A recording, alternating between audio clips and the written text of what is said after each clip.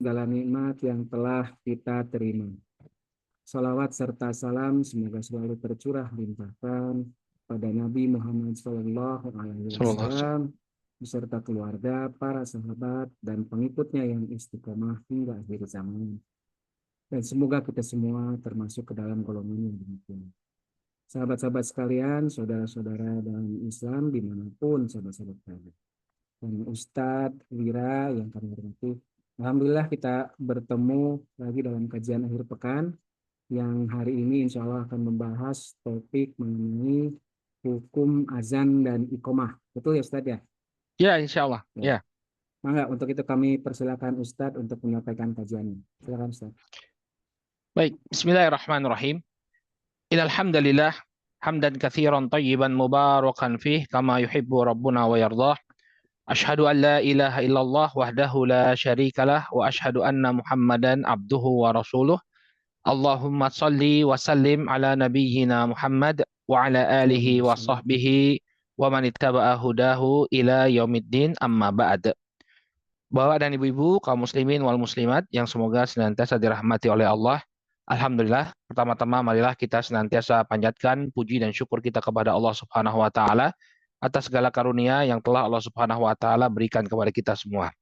Salawat serta salam tak lupa kita panjatkan kepada junjungan kita Nabi Muhammad, kepada keluarga, para sahabat dan pengikut beliau hingga akhir zaman. Insya Allah kita akan kembali melanjutkan pelajaran kita membahas fikih tentang ibadah yang hendaknya kita ketahui dalam keseharian kita. Pada pertemuan yang terakhir, alhamdulillah kita telah bahas tentang waktu-waktu sholat. Maka insya Allah di kesempatan kali ini kita akan lanjutkan pelajaran kita membahas tentang fikih adzan dan iqamah. Adzan dan iqamah. Jadi adzan dan iqamah ini disebutkan oleh para ulama merupakan zikir yang khusus, ya, zikir yang khusus yang disyariatkan dalam Islam untuk mengumumkan, ya, untuk mengumumkan waktu sholat. Jadi adzan itu dikumandangkan untuk memberitahukan kepada kaum muslimin bahwa waktu sholat telah tiba. Demikian juga lidakwatil muslimin ilal istima ilaiha, dan untuk memanggil kaum muslimin agar mereka berkumpul, ya, melaksanakan sholat secara berjamaah. Jadi ini definisi adzan yang disebutkan oleh para ulama. Dia adalah zikir khusus yang disyariatkan dalam Islam untuk menunjukkan masuknya waktu sholat dan mengajak kaum muslimin untuk sholat berjamaah. Para ulama mengatakan bahwa hukum sholat ini, hukum adzan dan iqamah ini adalah sunnah muakkadah, atau kita berbicara tentang hukum adzan terlebih dahulu. Hukum adzan ini adalah sunnah muakkadah alal kifayah. Sunnah muakkadah alal kifayah artinya hukumnya tidak sampai wajib, artinya kalau tidak ada adzan lalu orang melaksanakan sholat secara berjamaah itu sholatnya sah. Tapi dia adalah sunnah yang sangat ditekankan. Dan itu hukumnya sunnah kifayah, artinya ketika ada sebagian orang yang sudah mengumandangkan adzan, maka tidak disunahkan bagi yang lainnya untuk melaksanakannya. Misalnya dalam satu masjid, sudah ada satu orang yang melaksanakan adzan, maka jamaah yang lain tidaklah disunahkan untuk mengumandangkannya untuk yang kedua kalinya. Jadi cukup satu orang saja sudah mengumandangkan adzan, yang demikian sudah mencukupi. Tidak perlu kemudian nanti karena ini sunnah semuanya kemudian mengumandangkan adzan. Saya pengen dapat sunnah, enggak ya. Cuma satu orang saja dalam satu masjid itu sudah cukup untuk semuanya. Kemudian di antara hikmah yang disebutkan oleh para ulama, apa hikmah di balik disyariatkannya adzan? Hikmahnya adalah untuk menampakkan syiar Islam, ya. Idhari syariati syiar min syairillah, yaitu untuk menampakkan salah satu syiar dari syiarnya Allah Subhanahu wa taala. Ya. Jadi adzan itu merupakan syiar Islam. Makanya dahulu para sahabat ketika mereka melewati suatu perkampungan, disebutkan oleh Al-Imam Ibnu Katsir rahimahullahu taala dalam kitab Al-Bidayah wa Nihayah, ketika banyak dari orang-orang Arab Badui yang murtad di masa kekhilafahan Abu Bakar As-Siddiq radhiyallahu taala anhu, Abu Bakar mengirimkan Khalid bin Walid untuk menumpas gerakan orang-orang murtad tersebut. Maka salah satu parameter yang dijadikan sebagai tanda kampung itu kampung Islam atau tidak, Khalid ibn Walid menanti waktu sholat. Ketika azan berkumandang di satu kampung, maka beliau melanjutkan perjalanannya. Berarti kampung ini adalah kampungnya kaum muslimin. Ya, tapi ketika azan tak kunjung berkumandang, maka ini termasuk kampung dari kampungnya orang-orang yang murtad. Ya, karena azan ini merupakan salah satu syiar dari syiar-syiar Islam. Nah, kemudian dalil yang menunjukkan disyariatkannya adzan diantaranya adalah firman Allah Subhanahu wa taala dalam surat Al-Jumu'ah ayat yang ke-9. Ya, surat Al-Jumu'ah ayat yang ke-9, "Idza nudiyatis shalah min yaumil jumu'ati fas'au ila dzikrillahi wa dzarul bai'." Dan apabila telah dipanggil untuk melaksanakan sholat pada hari Jumat, maka bersegeralah menuju eh, zikrullah dan tinggalkanlah jual beli. Ini surat Al-Jumu'ah ayat yang ke-9. Apabila kalian telah dipanggil untuk menunaikan sholat Jum'ah, maka bersegeralah menuju zikrullah dan jauhilah dan tinggalkanlah jual beli. Nah, syahid dari ayat ini, idza nudiya lis-shalah. Apabila kalian telah dipanggil untuk menunaikan sholat. Ya, artinya nudia ini artinya apabila azan sholat Jumat itu sudah berkumandang. Ya, maka tidak boleh lagi bagi seseorang untuk melaksanakan jual beli. Dia harus bersegera menuju zikrullah. Ya, menuju zikrullah yaitu untuk menunaikan ibadah Jumat. Wa amma sunnah, adapun dari sunnah ya diriwayatkan dalam Sahih Al-Bukhari dan Muslim, Nabi Shallallahu alaihi wasallam memerintahkan kepada para sahabat, "Idza hadaratis shalah falyu'adzin lakum ahadukum wal ya'ummakum akbarukum." Apabila telah tiba waktu sholat, maka salah seorang di antara kalian hendaknya mengumandangkan azan. Apabila telah tiba waktu sholat, maka salah seorang di antara kalian hendaknya dia mengumandangkan azan, dan yang menjadi imam di antara kalian adalah yang paling tua usianya. Yang paling tua usianya. Nah, sini kita ingin berikan catatan, maksud yang paling tua usianya ini hanya salah satu kategori saja. Namun ada urutan-urutannya ya. Yang menjadi imam itu aqra'ukum li kitabillah. Yang paling banyak hafalannya terhadap kitabullah. Kemudian setelah itu yang lebih dahulu masuk Islam. Kemudian yang setelah itu yang lebih dahulu berhijrah. Kemudian baru yang setelah itu yang lebih tua usianya. Ya, kalau masuk Islamnya sama, hafalan Qur'annya sama, masuk Islamnya sama, kemudian hijrahnya juga sama, maka barulah faktor usia yang dikedepankan. Ya, atau menjadi penentu siapa yang menjadi imam untuk sholat. Nah, syahid dari hadis ini, ya, Nabi sallallahu alaihi wasallam memerintahkan fal yu'adzin lakum ahadukum. Maka hendaknya salah seorang di antara kalian ya mengumandangkan azan. Kemudian para ulama menyebutkan ya bagaimana peristiwa atau asal muasal disyariatkannya azan. Ini ceritanya cukup menarik ya, dan ini nambah wawasan kita ya bagaimana sebuah ibadah disyariatkan. Disebutkan dalam Sahih Al-Bukhari dan Muslim dari sahabat Abdullah bin Umar radhiyallahu taala anhuma, beliau mengatakan, "Kanal muslimuna hina qadimul Madinah yajtami'una fayatahayyanuna as-salah." Dahulu kaum muslimin ketika mereka telah tiba di kota Madinah, mereka berkumpul untuk memperkirakan waktu sholat. Memperkirakan waktu sholat. Laisa yunadalaha, waktu itu tidak ada panggilan untuk sholat. Belum ada panggilan untuk sholat. Jadi ketika itu mereka memperkirakan saja, ini kira-kira, oh ini sudah tiba waktu sholat, ayo kita kumpul ke masjid. Tanpa ada seruan sama sekali. Qala fatakallamu yauman fi dzalik. Maka kemudian mereka pun berbicara, ya, mereka membicarakan masalah ini, ya, suatu hari mereka membicarakan masalah ini. Faqala ba'duhum ittakhidhu naqusan mithla naqus an-nasara. Maka salah seorang di antara mereka mengatakan, kita buat nakus. Nakus itu kalau diterjemahkan dalam bahasa Arab modern artinya adalah lonceng. Jadi kalau Bapak dan Ibu buka kamus Arab modern, akan Bapak Ibu temukan nakus itu maknanya adalah lonceng. Makanya kita lihat banyak yang menerjemahkan hadis ini, ya menerjemahkan nakus dengan lonceng, karena dia lihat kamus. Namun sebenarnya disebutkan oleh Al-Imam Ibnul Athir rahimahullah taala, ya, Al-Imam Ibnul Athir rahimahullah taala menyebutkan bahwa nakus itu sebenarnya adalah dua belah kayu, yang satu kecil, yang satu besar, dan itu dipukul-pukulkan seperti kentongan. Jadi orang-orang Nasoro zaman dahulu mereka menentukan atau mengumumkan tibanya waktu mereka untuk sholat. Jadi mereka punya sholat pagi dan petang, ya.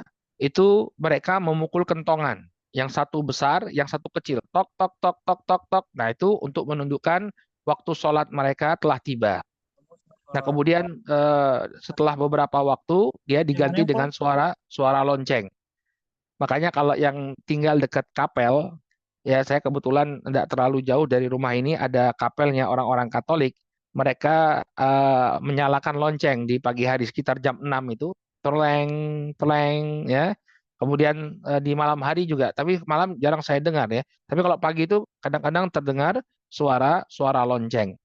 Nah, dulu itu bukan lonceng, tapi dia berupa kentongan. Dua belah kayu, yang satu besar, yang satu kecil, kemudian dipukul-pukulkan. Ini makna nakus yang disebutkan oleh Al-Imam Ibnu Atsir rahimahullahu taala. Maka sebagian mengatakan, ayo kita buat kentongan seperti kentongannya orang-orang Nasara. Wa qala ba'duhum, ya, maka kemudian sebagian di antara mereka mengatakan bal buqan mithla qarnil yahud. Ya, sebagian di antara mereka mengatakan bahkan hendaknya kita buat koren. Koren itu tanduk, ya, tanduk atau trompet, ya, bukan, bukan itu tanduk, ya, trompet, ya, seperti trompetnya orang-orang Yahudi. Bal bukan misla qordil Yahud. Kita buat trompet seperti tanduknya orang-orang Yahudi. Sampai sekarang itu ada. Kalau Bapak dan Ibu cek di YouTube itu, ya, ada trompet, ya, trompet dari tanduk itu yang ditiup oleh orang-orang Yahudi. Ya, coba kita cek di YouTube itu, ya, ada. Dan mereka ada adatnya juga. Bahkan ada yang membuat perbandingan itu, adzannya orang Yahudi dengan adzannya kaum kaum muslimin, ya. Jadi ini usulan dari para sahabat. Faqala Umar radhiyallahu anhu, awala tab'atsuna rajulan yunadi bis shalah, ya. Apakah tidak lebih baik bagi kita untuk mengutus seseorang, ya, kalian mengutus seseorang kemudian dia memanggil untuk sholat. Maka Nabi SAW mengatakan, ya Bilal kum fanadi bis shalah.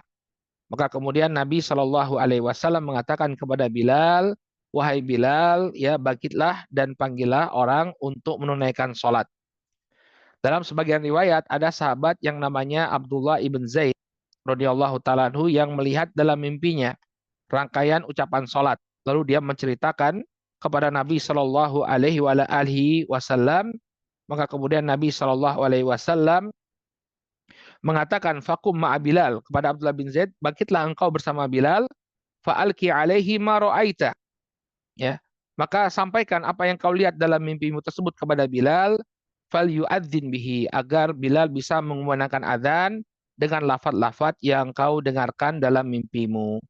Ya, fa innahu anda sautan minka, karena sesungguhnya Bilal ini memiliki suara yang lebih lantang darimu.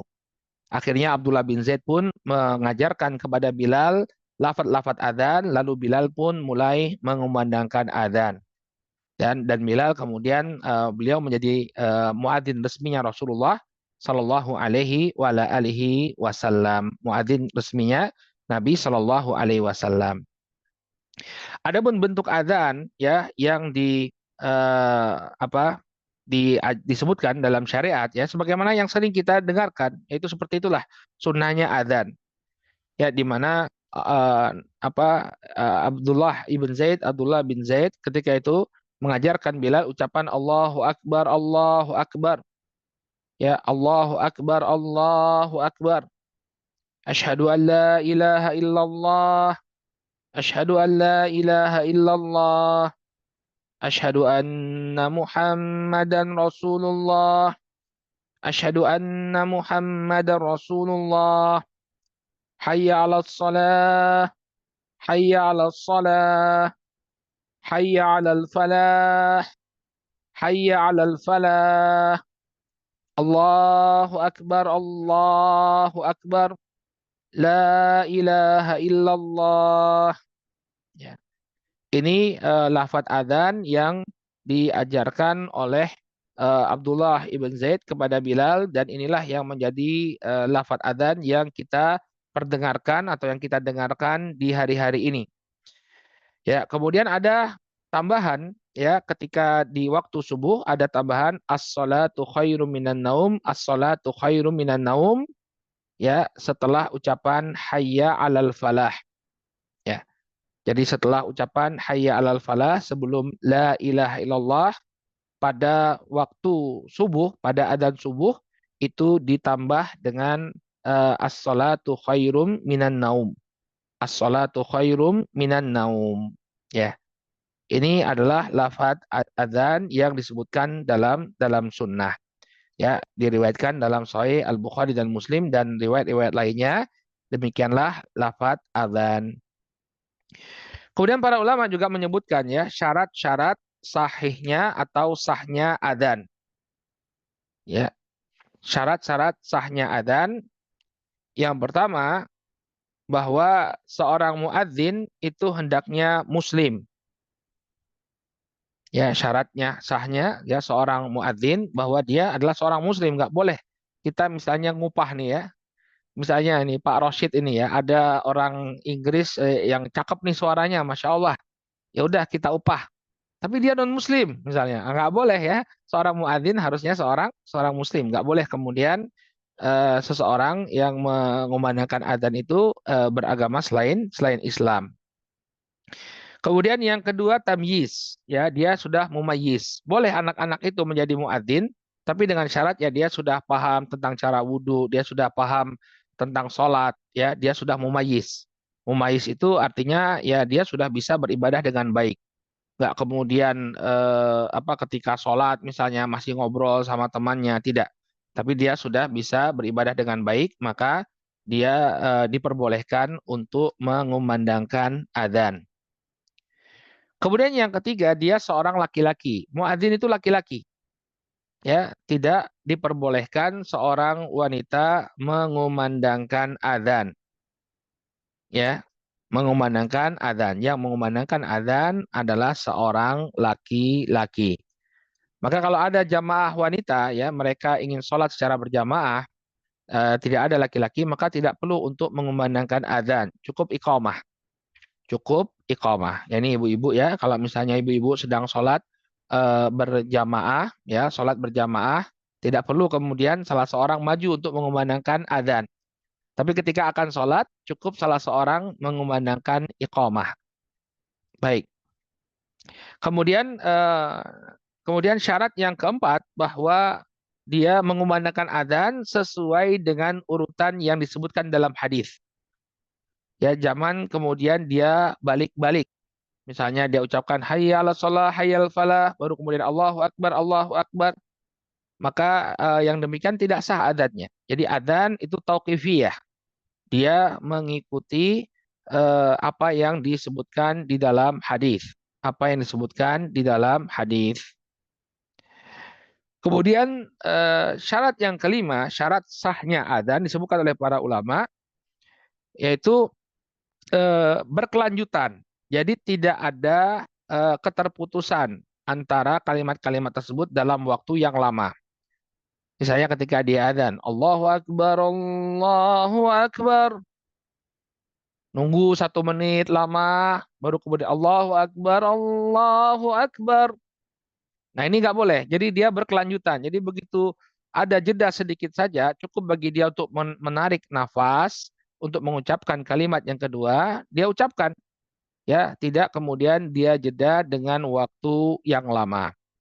Makanya sebenarnya adzan itu ya berkumandangnya adzan itu tidak memerlukan waktu yang lama ya, paling 1 menit 2 menit itu selesai.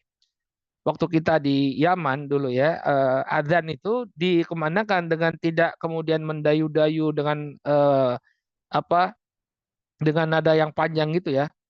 Allahu Akbar, Allahu Akbar.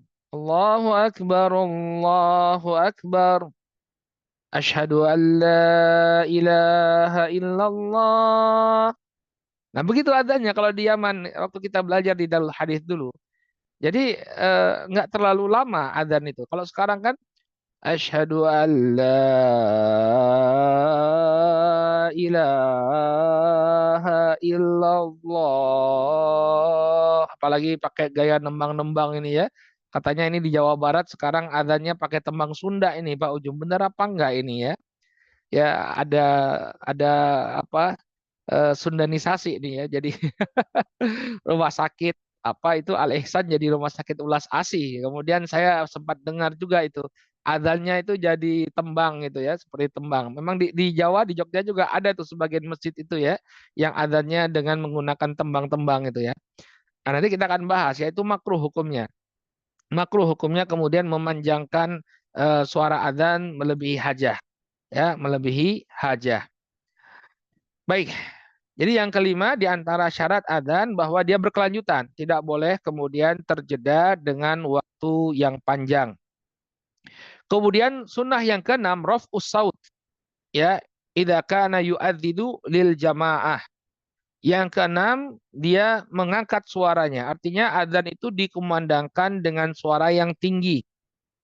Ya, kalau sekarang ini terpenuhi dengan loudspeaker ya. Kita pakai mikrofon, kemudian mengumandangkan adzan, menggunakan pengeras suara ya. Maka inilah yang diinginkan dengan adzan. Jadi adzan itu bukan dikumandangkan dengan suara yang lirih, tapi dengan suara yang tinggi karena tujuannya adalah untuk mengumumkan kepada kaum muslimin telah tiba waktu sholat dan mengajak mereka untuk sholat berjamaah. Untuk sholat berjamaah. Baik, ini semua syarat-syarat seorang muadzin ya. Jadi muadzin hendaknya dia seorang muslim mumayyiz, kemudian laki-laki, kemudian dia menyampaikan adzan sesuai dengan urut-urutan yang disebutkan dalam hadis. Kemudian dia sampaikan kalimat-kalimat adzan tersebut dengan berkelanjutan tanpa terputus dan dia hendaknya mengangkat suaranya. Ya. Kemudian syarat yang ketujuh, masih ada syarat yang ketujuh bahwa adzan itu dikumandangkan setelah masuknya waktu sholat. Ya, setelah masuknya waktu sholat. Jadi jangan kemudian seseorang itu mengumandangkan adzan sebelum tibanya waktu sholat. Ya, kecuali pada waktu subuh ya, pada waktu subuh. Jadi subuh itu nanti kita akan jelaskan juga adzannya dua kali. Ya, adzannya dua kali disunahkan untuk mengumandangkan adzan dua kali. Walaupun satu kali saja sah, tapi disunahkan untuk mengumandangkan adzan dua kali di waktu waktu subuh. Ya, nanti kita akan jelaskan nanti apa dalil yang menunjukkan disunahkannya adzan dua kali ya. Ya. Kemudian eh, pembahasan yang berkenaan dengan adzan juga ya. Bagi wanita tadi sudah sempat kita kita singgung ya bahwa untuk wanita tidak disyariatkan adzan. Hanya saja ketika mereka ingin melakukan sholat berjamaah hanya khusus bagi wanita saja maka disunahkan bagi seseorang bagi para para wanita untuk mengumandangkan iqamah. Jadi ada salah seorang di antara mereka mengumandangkan iqamah sebelum ditegakkannya sholat. Sebelum ditegakkannya sholat. Baik, ini syarat-syarat seorang muadzin. Syarat-syarat seorang muadzin. Nah, sekarang sunnah-sunnah apa saja yang hendaknya juga kita perhatikan ya ketika mengumandangkan adzan. Dan sunnah-sunnah ini ada yang berkaitan dengan sosok muadzinnya sendiri, ada yang berkaitan dengan orang yang mendengarkan mendengarkan suara adzan. Baik di antara sunnah-sunnah adzan, yang pertama hendaknya seorang muadzin itu menghadap ke arah kiblat. Ya, jadi seorang muadzin ketika dia mengumandangkan adzan, dia menghadap ke arah kiblat. Kenapa? Dijelaskan oleh para ulama li'annaha asyraful jihad, ya. Karena arah kiblat ini adalah arah yang paling mulia. Ya, makanya kita ketika sholat menghadap kiblat karena kiblat itu adalah tempat yang paling mulia. Ka'bah itu Baitullah, tempat yang paling mulia di muka bumi ini. Maka sudah sepantasnya ketika mengumandangkan azan, memanggil orang untuk melaksanakan ibadah yang sangat agung, seorang muadzin menghadap ke arah kiblat. Wahwa mankul ya salafan wa kholafan, dan ini juga yang sudah dinukilkan menjadi tradisinya kaum muslimin dari generasi ke generasi, ya baik dari kalangan salaf maupun dari generasi kholaf. Ketika mengumandangkan azan mereka menghadap ke arah kiblat. Bagaimana Ustadz kalau misalnya perumahan atau pemukiman kaum muslimin itu berada di membelakangi kiblat, maka apakah seorang muadzin juga dia mengarah kepada arah membelakangi kiblat? Maka kita katakan dia tetap menghadap ke arah kiblat. Kalau di zaman sekarang, kalau memang pemukiman itu terletak berkebalikan dengan arah kiblat, maka moncong loudspeakernya yang diarahkan ke sana. Jadi moncong loudspeakernya itu diarahkan ke pemukiman. Adapun muadzin, ya dia tetap menghadap ke arah kiblat. Tidak perlu bagi dia untuk menghadap ke arah pemukiman. Ya dahulu juga di menara-menara, ya kenapa ada menara di masjid itu? Itu fungsinya dulu seorang muadzin dia akan naik ke atas menara. Kemudian dia mengumandangkan adzan di atas menara tersebut dengan tetap menghadap ke arah kiblat, dengan tetap menghadap ke arah kiblat.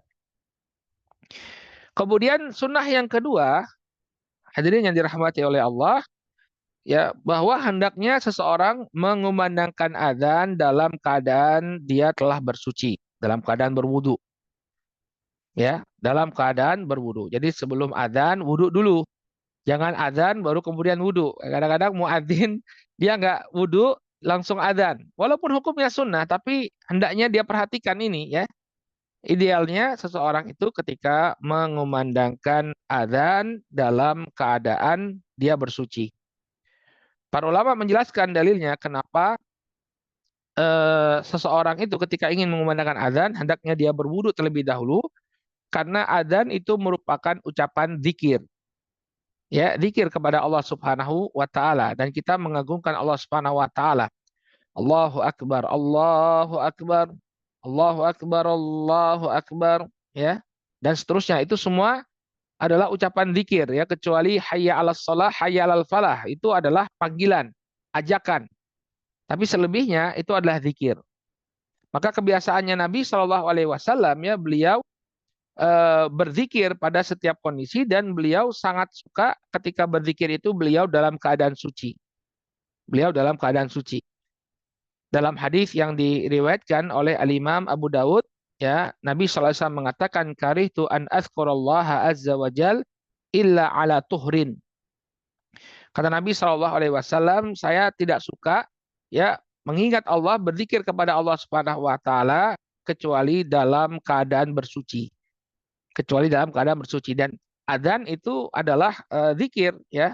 Maka disunahkan bagi seorang muadzin sebelum dia mengumandangkan adzannya maka dia bersuci terlebih dahulu, dia berwudu terlebih dahulu baru kemudian mengumandangkan adzan.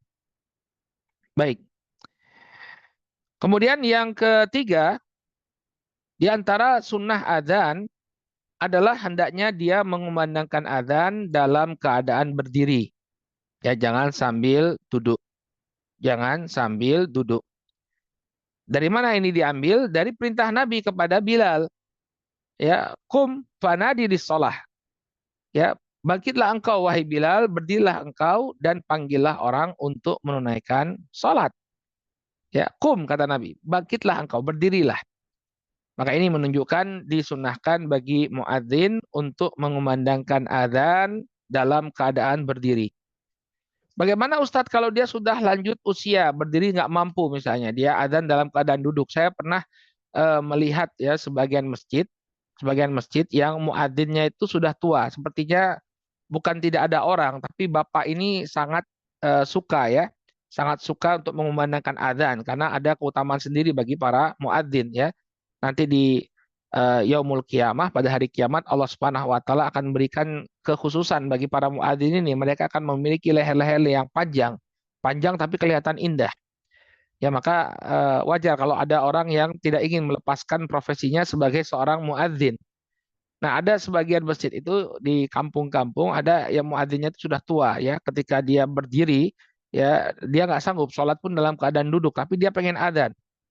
Maka kita katakan adzannya sah dan dia diberi uzur. Ya, kalau tidak mampu untuk berdiri. Ya, namun ketika dia mampu untuk berdiri, maka hendaknya dia kumandangkan adzan dalam keadaan berdiri.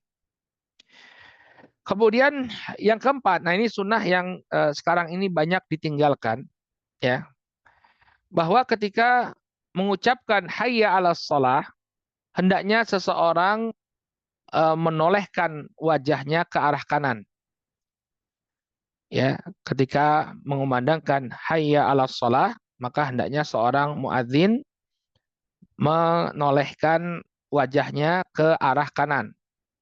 Jadi dari lehernya ya, bukan kemudian badannya memutar, tidak, tapi cukup lehernya saja. Hayya 'alas shalah, hayya 'alas shalah. Kemudian ketika melantunkan hayya 'alal falah, dia menoleh ke arah kiri. Hayya 'alal falah, hayya 'alal falah. Menoleh ya, bukan kemudian menggerakkan seluruh anggota tubuhnya mengarahkannya ke arah kiri, cuma menoleh saja. Dalilnya adalah apa yang diriwayatkan dalam Sahih Al-Bukhari ya dari Abu Juhaifah radhiyallahu anhu, beliau mengatakan raaitu Bilalan yu'adzin. Kata sahabat Abu Juhaifah radhiyallahu anhu, ya, aku melihat Bilal mengumandangkan adzan. Faja'altu atatabba'u fahu, ya, huna wa huna bil adzan, ya. Maka kemudian aku mengikuti, ya, aku memperhatikan arah mulutnya Bilal. Aku memperhatikan arah mulutnya Bilal ketika mengumandangkan adzan. Yaminan wa shimalan, hayya 'alas shalah, hayya 'alal falah. Saat mulutnya mengarah ke arah kanan, ya, beliau mengucapkan hayya 'alas shalah dengan keadaan mulutnya mengarah ke arah kanan. Hayya 'alas shalah, hayya 'alas shalah, wa shimalan. Demikian juga beliau mengarahkan mulutnya ke arah kiri saat mengucapkan hayya 'alal falah. Hayya 'alal falah, hayya 'alal falah. Ya. Jadi ini sebuah sunnah ya, sebuah sunnah yang kadang tidak dilakukan oleh para muadzin, ya.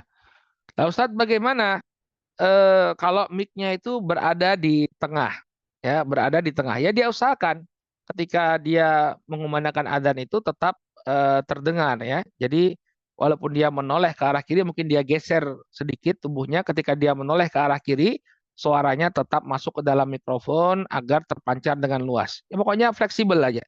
Yang penting dia tidak meninggalkan sunnah, dia tidak meninggalkan sunnah, tapi suara adzan itu tetap berkumandang dengan baik. Jangan sampai nanti ketika dia hayya 'alas shalah, hayya 'alal falah hilang suaranya.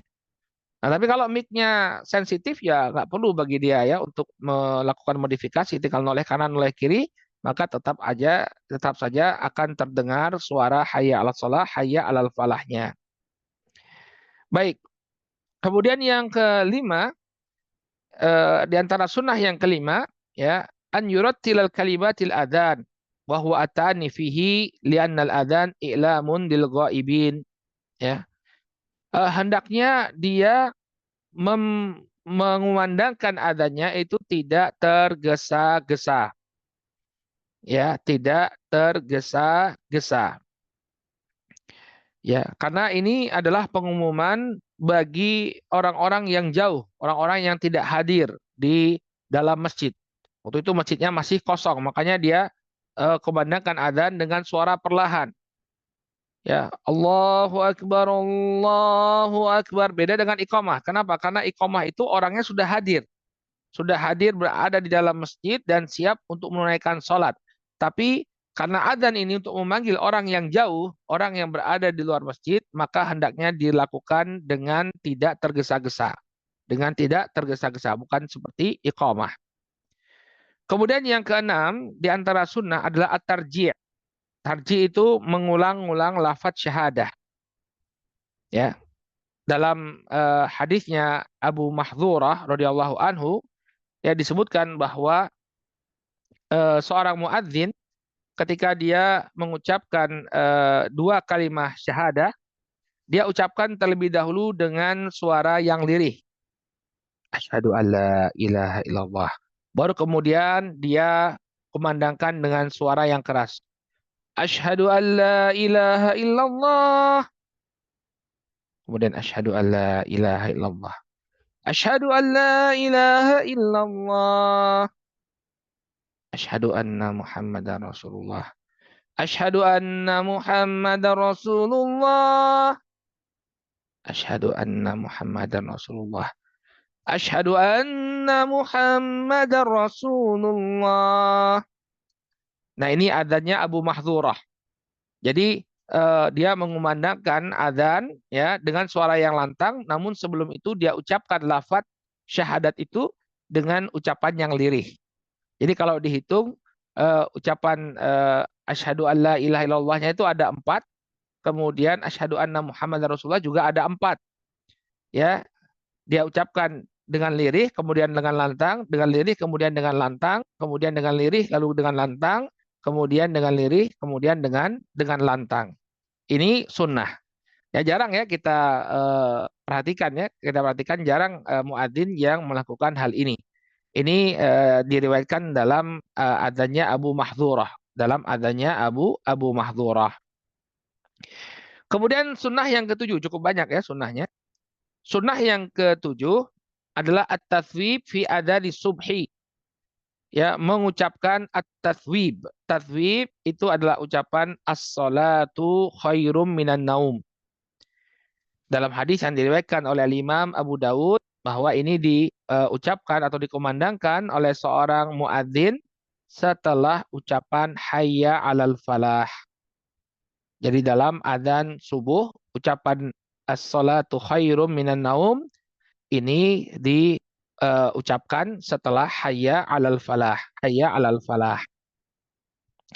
Kemudian sunnah yang ke-8 ya, hendaknya seorang muadzin itu memiliki suara yang indah. Ya, jadi sebetulnya disyariatkan muadzin itu memiliki suara yang indah karena ini salah satu tujuan adzan itu adalah untuk menggugah hati seseorang. Menggugah hati seseorang agar dia memenuhi panggilan Allah Subhanahu wa taala. Ya, jadi hendaknya pihak masjid itu mencari seorang muadzin yang memiliki suara yang bagus. Selain dia memiliki suara yang lantang, ya adzannya juga indah. Ya, suaranya juga indah karena ini akan diperdengarkan di tengah-tengah publik dan tujuannya salah satunya adalah untuk menggugah hati seseorang. Bahkan Masya Allah ya, adzan yang dikumandangkan dengan baik ini bisa menjadi sebab hidayah bagi orang-orang non-Muslim. Nah, sekarang itu kan yang menjadi pembicaraan itu ya di media sosial itu ya suara adzan yang mengganggu. Ya kalau adzannya dikumandangkan dengan suara yang indah ya, seperti waktu Piala Dunia di Qatar kemarin ya, saya sempat baca liputan itu, ternyata adzan-adzan yang indah karena di Qatar itu kan yang mengangkat muadzin itu negara, jadi benar-benar selektif. Yang mengumandangkan adzan itu bukan orang sembarangan, memang suaranya bagus, kemudian dia orangnya terpilih. Maka adzan yang berkumandang itu bagus-bagus ya, tidak mungkin seperti di negeri kita, kadang-kadang makhrajnya keliru-keliru ya. Ada ada di sebagian tempat itu karena pengen fasih ya seperti orang Arab, lafat so itu jadi shin ya. Hayya ala sholah, itu kan keliru ya. Hayya ala sholah, apa sholah itu dalam bahasa Arab? Gak tahu kita. Sholah itu nggak ada dalam bahasa Arab ya. Itu pakai shin. Maka muadzin itu dia punya tanggung jawab untuk mengumandangkan adzan dengan baik, harus punya ilmu dan disunahkan dia memiliki suara yang baik, suara yang indah. Kenapa Bilal itu dipilih? Padahal kan yang bermimpi itu adalah Abdullah bin Zaid. Para ulama menjelaskan karena Bilal itu punya suara yang indah. punya suara yang bisa menggetarkan hati manusia. Makanya saat Bilal pensiun jadi muadzin itu para sahabat kehilangan. Saat Bilal dia sudah tinggal di negeri Syam, saat dia kembali ke Madinah, orang-orang meminta dengan sangat agar Bilal mengumandangkan azan karena ini akan membawa memori mereka kepada zamannya Rasul Shallallahu Alaihi Wasallam. Karena memang adzan yang dikumandangkan Bilal itu menimbulkan kesan yang demikian mendalam. Nah, maka disunahkan bagi muadzin untuk memiliki suara yang indah. Nah, kadang-kadang kita itu ada sebagian orang, oh, gue pengen azan nih. Padahal ada muadzin resminya suaranya Masya Allah ya, suara kita ya kurang bagus begitu ya. Jadi biarkan saja muadzin yang sudah ditetapkan, yang memiliki suara yang indah itu yang mengumandangkan azan. Nah, itu kadang-kadang kita tuh pengennya ya sudah ya, muadzin sekalian marbot, sekalian tukang bersih-bersih, sekalian imam lagi gitu ya. Kadang tidak memiliki spesifikasi yang pas dalam mengumandangkan adzan. Ya, dalam mengumandangkan adzan, maka idealnya seorang yang menggunakan adzan dia memiliki suara yang indah. Kemudian yang ke-9 ya, disunahkan juga bahwa muadzin yang diangkat sebagai muadzin adalah orang yang dikenal dengan kebaikan akhlak ya. Karena dia akan kebaikan akhlak dan juga kebaikan agama. Karena dia mengumandangkan adzan ya, jangan kemudian sembarangan orang dijadikan sebagai muadzin. Ya, misalnya dia masih sering terlihat bermaksiat gitu ya, secara terang-terangan, orang fasik, maka jangan dijadikan sebagai seorang muadzin. Ya, dijadikan sebagai seorang muadzin. Ya, masih bergelimang dengan kemaksiatan, ya kadang-kadang dia keluar dari masjid ya pakai celana pendek misalnya mengumbar aurat. Nah, orang-orang semacam ini jangan dijadikan sebagai muadzin. Seorang muadzin dia punya tugas mengumandangkan adzan, ibadah yang sangat tinggi kedudukannya di sisi Allah Subhanahu wa taala, maka hendaknya dia menjaga akhlaknya, ya, menjaga akhlaknya. Baik, kadang di sebagian tempat muadzinnya muadzin ya, tapi nggak sholat ya, tapi nggak sholat. Nah, ini gimana ini ya, mengumandangkan adzan tapi dia nggak sholat, katanya sholatnya nanti ya, dia nggak sholat bersama jamaah. Jadi dia adzan saja, kemudian nanti ada jamaah yang iqamah, dianya kabur ya. Maka yang demikian tidak pantas untuk diangkat sebagai seorang muadzin ya.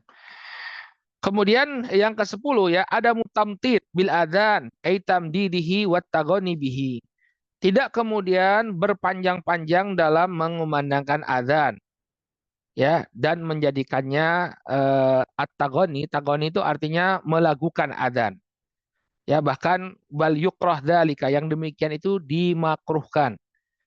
Ya, dimakruhkan. Jadi azan itu ya dia kumandangkan begitu saja ya tanpa kemudian dipanjang-panjangkan sampai kemudian memanjangkan bacaan ya melebihi panjang yang telah ditetapkan ya, mesti misalnya kayak Allahu Akbar ya, atau ketika apa hayya 'alas shalah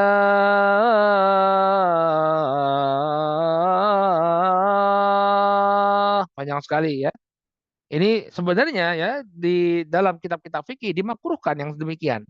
Dimakruhkan yang demikian. Jadi ya adzan itu ya sesuai dengan seperti bacaan Al-Qur'an. Allahu Akbar, Allahu Akbar. Nah, makanya orang yang mengumandangkan adzan tuh harusnya orang yang berilmu juga. Kadang sebagian orang ketika dia mengumandangkan adzan, ya, yang penting panjang aja. Padahal dengan memanjangkan sebagian lafaz itu, dia mengubah arti. Saya ambil contoh ketika orang mengumandangkan Allahu Akbar. Ya, Akbar itu tidak panjang ya, Akbar. Tapi coba lihat sebagian masjid, muadzinnya mengumandangkan Allahu Akbar, Allahu Akbar. Nah, itu sudah mengubah arti ya. Yang kalau Allahu Akbar itu artinya adalah Allah Maha Besar, tapi Allahu Akbar, Akbar itu artinya mukabbirus saut, ya, alat pembesar suara atau beduk. Sebagian menafsirkan akbar itu beduk, ya. Maka Allah itu beduk. Jadi maknanya Allah itu beduk. Ya, ini mengubah makna, bahkan menunjukkan makna yang tidak pantas. Oleh karena itu, seorang yang mengumandangkan adzan itu perlu adanya ilmu, ya dia perlu ilmu. Maka saya mendukung ya pelatihan-pelatihan adzan, ya pelatihan-pelatihan adzan itu dilakukan ya bagi para pengurus masjid sehingga mereka tahu bagaimana adzan yang dituntut dalam syariat. Kemudian yang ke-11 disunahkan ya eh, bagi orang yang mengumandangkan adzan ya disunahkan untuk mengumandangkan ya 2 kali adzan dalam sholat subuh ya dalam sholat subuh ya ini eh, di zamannya Nabi Shallallahu Alaihi Wasallam di zaman Nabi Shallallahu Alaihi Wasallam ada 2 kali adzan dalam sholat subuh. Ya, sholat subuh itu di adzan yang pertama eh, yang mengumandangkan adzan itu adalah Bilal. Yang mengumandangkan adzan adalah Bilal. Kemudian adzan yang kedua itu yang mengumandangkan adalah Abdullah ibnu Ummi Maktum. Abdullah ibnu Ummi Maktum. Ya, dalam sebuah hadis Nabi SAW mengatakan Inna Bilal yu'adzinu bilail fakulu washrabu hatta tasma'u adzan ibnu Ummi Maktum. Ya kata Nabi Shallallahu Alaihi Wasallam, ya kata Nabi Shallallahu Alaihi Wasallam, sesungguhnya Bilal mengumandangkan adzan di waktu malam. Maka makan dan minumlah kalian sampai kalian mendengar adzannya Abdullah ibnu Umi Maktum. Ya, Abdullah eh, ibnu Umi Maktum. Jadi ada 2 kali adzan. Ya, ada 2 kali adzan di dalam sholat subuh. Nah, pertanyaannya, berapa waktunya jarak antara adzan yang pertama dengan adzan yang kedua? Wallahu taala a'lamu bishawab. Kalau dilihat prakteknya di kerajaan Saudi Arabia itu sekitar 1 jam, ya sekitar 1 jam. Jadi pas betul ya kalau kita berangkat umroh di Mekah dan Madinah itu jarak antara adzan yang pertama dengan adzan yang kedua itu sekitar 1 jam. Ya, saya mencoba mencari di keterangannya para ulama, sepertinya tidak ada ketentuan yang spesifik, hanya saja yang kita lihat dari praktek di 2 masjid, Masjidil Haram dan Masjid An-Nabawi, itu 1 jam antara adzan yang pertama dengan adzan yang kedua. Baik, ini yang berkaitan dengan muadzinnya, ya, dengan muadzinnya. Kemudian sunnah selanjutnya yang berkaitan dengan orang-orang yang mendengar suara adzan, ya. Sunnahnya bagi orang-orang yang mendengar suara adzan adalah hendaknya dia diam dan kemudian mengucapkan sebagaimana yang diucapkan oleh al-muadzin. Ya. Dalam sebagian riwayat Nabi mengatakan ya idza sami'tumun nida fa'ansit. Kalau kalian mendengar suara adzan maka diamlah. Artinya jangan ngobrol, hentikan pembicaraan kalian. Demikian juga beliau mengatakan idza sami'tumun nida faqulu mithla ma yaqulul muadzin. Ya, apabila kalian mendengar suara adzan, maka ucapkanlah sebagaimana apa yang diucapkan oleh al-muadzin. Jadi kalian hentikan pembicaraan kalian, lalu kalian fokus mendengarkan suara adzan dan mengucapkan sebagaimana yang diucapkan oleh muadzin. Ya. Adapun ucapan hayya 'alas shalah dan hayya 'alal falah, maka dia tidak mengucapkan hayya 'alas shalah hayya 'alal falah tapi mengucapkan la haula wala quwata illa billah. Jadi ketika muadzin mengucapkan semua lafaz adzan kecuali hayya 'alas shalah dan hayya 'alal falah itu kita turunkan sama plek. Ketika muadzin mengucapkan Allahu Akbar, maka kita mengucapkan Allahu Akbar, Allahu Akbar. Allahu Akbar, Allahu Akbar. Allahu Akbar, Allahu Akbar. Asyhadu an la ilaha illallah, asyhadu an la ilaha illallah. Nah, tapi pada ucapan hayya 'alas shalah dan hayya 'alal falah itu berbeda. Yang kita ucapkan adalah la haula wala quwata illa billah. Ya, Wa idza qala, ya, dalam hadis riwayat Bukhari dan Muslim, wa idza qala hayya 'alas shalah qala la haula wala quwata illa billah. Wa idza qala hayya 'alal falah qala la haula wala quwata illa billah. Ya. Maka ketika muadzin mengumandangkan hayya 'alas shalah, Nabi mengucapkan la haula wala quwata illa billah. Ketika muadzin mengumandangkan hayya 'alal falah, maka Nabi mengucapkan la haula wala quwata illa billah. Al-Imam Ibnu Qayyim rahimahullahu taala dalam kitab Zadul Ma'ad, beliau menyebutkan kenapa ini dibedakan, kenapa lafadz yang lain itu kita meniru ucapan muadzin tapi tidak dengan lafadz hayya 'alas shalah dan hayya 'alal falah. Karena kalau kita perhatikan, semua lafadz adzan itu adalah zikir, tapi tidak dengan ucapan hayya 'alas shalah dan hayya 'alal falah. Ini bukan zikir, tapi ajakan untuk sholat dan untuk menuju kemenangan. Maka kita kemudian mengucapkan la haula wala quwata illa billah. Tidak ada daya dan upaya melainkan dengan pertolongan dari Allah Subhanahu wa taala. Artinya kita tidak dapat mengejar sholat tadi atau mengerjakan sholat tadi dan mengejar kemenangan kecuali dengan pertolongan dari Allah Subhanahu wa taala. Maka disunahkan untuk mengucapkan la haula wala quwata illa billah. Ya. Bagaimana dengan as-salatu khairu minan naum pada salat subuh? Nah, apa yang kita ucapkan? Ada khilaf di kalangan para ulama, ya. Tapi pendapat yang paling kuat adalah kita mengucapkan hal yang sama. As-salatu khairu minan naum. Kembali kepada asal hadis, faqulu mithla ma yaqulul muadzin. Ucapkanlah sebagaimana yang diucapkan oleh muadzin. Ya, jadi ketika kita mendengar ucapan muadzin hayya 'alas shalah, hayya 'alal falah, kita mengucapkan apa yang diucapkan oleh al-muadzin. Baik, kemudian sunnah bagi orang yang mendengar suara adzan, setelah adzan itu berkumandang, hendaknya dia berdoa. Ya, pertama dia bersolawat, ya, dia bersolawat kepada Nabi Shallallahu Alaihi Wasallam. Jadi urut-urutannya begitu mendengar suara adzan, adzan selesai, dia bersolawat dulu kepada Nabi. Jadi bukan berdoa langsung, tapi bersolawat kepada Nabi, baru kemudian dia berdoa kepada Allah, meminta kedudukan bagi Nabi Shallallahu Alaihi Wasallam. Dalam hadis yang diriwayatkan oleh Al-Imam Muslim dari Abdullah bin Amr radhiyallahu taala anhu, ya, beliau mendengar Nabi Shallallahu alaihi wasallam bersabda, "Idza sami'tumul muadzin faqulu mithla ma yaqul, tsumma shallu alayya, fa innahu man shalla alayya salatan sallallahu biha alaihi asyran."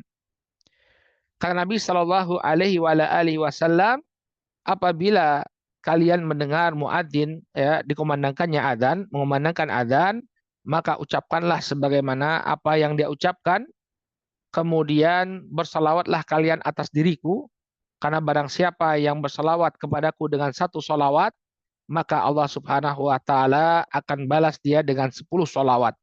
Artinya Allah Subhanahu wa taala akan balas dia dengan 10 curahan rahmat. Maka kita baca salawat terlebih dahulu, kemudian summa salullah li al-wasilah. Kemudian mintalah agar Allah Subhanahu wa taala menganugerahkan kepadaku al-wasilah. Jadi dengan mengucapkan doa Allahumma rabb hadhihi da'wati tammah was salatil qa'imah ati Muhammadanil wasilata wal fadilah wa ba'athu maqaman mahmudan alladzi wa'adtah. Ya, ini adalah ucapan doanya. Maka Nabi Shallallahu alaihi wasallam mengatakan halat lahu syafaati yaumal qiyamah. Barang siapa yang mengucapkan doa ini, halal baginya syafaatku pada hari kiamat nanti. Jadi dia baca sholawat terlebih dahulu, karena dengan sholawat itu dia akan dicurahkan 10 rahmat oleh Allah Subhanahu wa taala. Kemudian dia membaca doa setelah adzan, ya, setelah adzan, yang dengannya Allah Subhanahu wa taala akan izinkan Nabi Shallallahu alaihi wasallam nanti memberikan syafaat kepada orang tersebut. Kemudian pembahasan kita berpaling pada al-iqamah. Ada sedikit perbedaan antara qomat, iqamah, dan juga adzan. Perbedaannya bisa ditinjau dari dua sisi. Yang pertama, ucapan adzan itu dua-dua, adapun iqamah itu hanya satu sekali. Jadi kalau Allahu Akbarnya itu dalam adzan itu 2 kali, tapi dalam iqamah 1 kali. Jadi iqamah Allahu Akbar, asyhadu an la ilaha illallah, asyhadu anna Muhammadar Rasulullah, hayya 'alas shalah, hayya 'alal falah, qad qamatis shalah. Allahu Akbar, la ilaha illallah. Jadi ini perbedaan yang pertama antara adzan dan iqamah. Kalau adzan itu 2 kali 2 kali, kalau iqamah 1 kali satu kali. Ya. Kemudian yang kedua perbedaannya adalah at-tarassul, ya, at-tarassul wa tahammul fi adzan wal isra fil iqamah. Kalau adzan itu dilakukan dengan perlahan, bukan dengan pelan suaranya ya, tapi perlahan. Jadi dia panjangkan bacaan adzan, tapi kalau iqamah itu dilantunkan dengan cepat. Allahu Akbar, Allahu Akbar. Itu adzan. Kalau iqamat, Allahu Akbar. Asyhadu an la ilaha illallah. Asyhadu anna Muhammadar Rasulullah. Nah, jadi keliru ya sebagian masjid yang iqamahnya juga panjang ya. Allahu Akbar, Allahu Akbar. Asyhadu an la ilaha illallah. Nah, itu keliru. Ya, kalau adzan nggak jadi masalah, dia panjangkan. Tapi kalau iqamah itu dia lakukan dengan cepat. Ya, karena adzan itu untuk mengumpulkan orang yang jauh, adapun iqamah itu orangnya sudah berkumpul. Ya, tinggal menanti waktu penegakan sholat. Makanya dia ucapkan iqamah dengan cepat. Kemudian di dalam iqamah dia seorang muadzin mengucapkan qad qamatis shalah, qad qamatis shalah. Ini bedanya dengan adzan. Kalau di adzan nggak ada ucapan qad qamatis shalah, qad qamatis shalah. Ya, qad qamatis shalah artinya salat akan segera ditegakkan, salat akan segera ditegakkan. Ya, ini yang membedakan antara adzan dan iqamah. Dan pembahasan yang terakhir yang berkenaan dengan adzan bahwa adzan itu hanya disyariatkan pada sholat 5 waktu.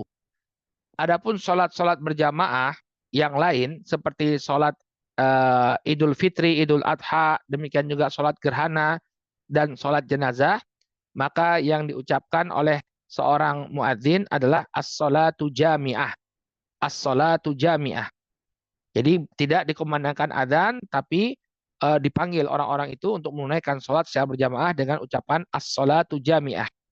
Sebagaimana hadis tentang sholat kusuf ya atau sholat gerhana di masa Nabi Shallallahu Alaihi Wasallam, maka ketika itu Nabi Shallallahu Alaihi Wasallam memanggil as-sholatu jami'ah, as-sholatu jami'ah.